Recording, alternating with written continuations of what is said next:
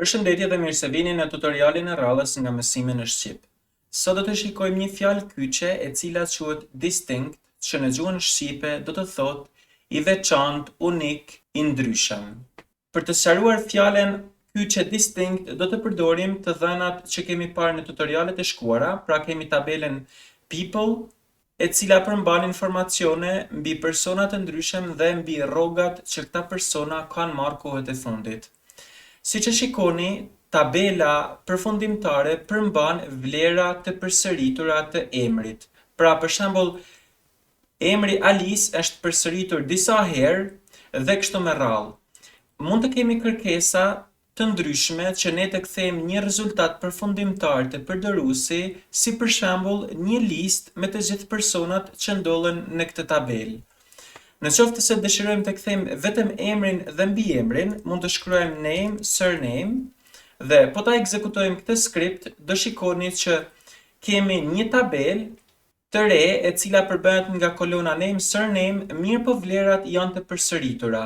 Dhe nga që vlerat janë të përsëritura, kjo nuk është mënyra më e mirë për t'ia shfaqur përdoruesit këtë rezultat. Dhe pikërisht për të eliminuar këto vlera të përsëritura, ne mund të përdorim fjalën kyçe distinct, e cila vendoset para listës së kolonave që ne përzgjedhim për të shfaqur në rezultatin përfundimtar. Në qoftë se ne ekzekutojmë tani skriptin, do shikoni që nuk kemi më vlera të përsëritura.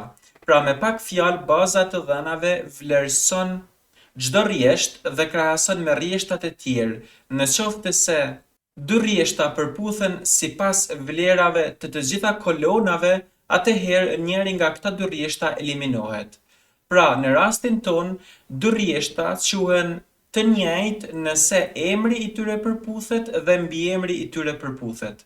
Pra, duhet të përputhet çdo qelizë në çdo kolon.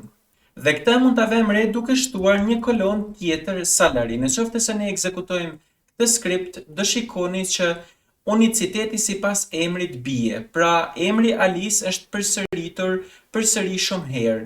Dhe pse ndodh kjo? Kjo ndodh sepse vlerat që ndodhen në kolonën salary nuk janë të përsëritura, ato janë të ndryshme nga njëra tjetra. Edhe pse qelizat në kolonën name dhe ato në kolonën surname përputhen, mjafton që qelizat në kolonën salary të mos përputhen dhe kjo sjell që rekordet do të jenë të ndryshëm nga njëri tjetri. Pra gjithmonë kur përdorni fjalën kyçe distinct, duhet të jeni të sigurt mbi çfarë kolonash e aplikoni këtë fjalë, sepse duke shtuar një kolon të re në listën e kolonave mund të ndryshojë totalisht rezultatin final.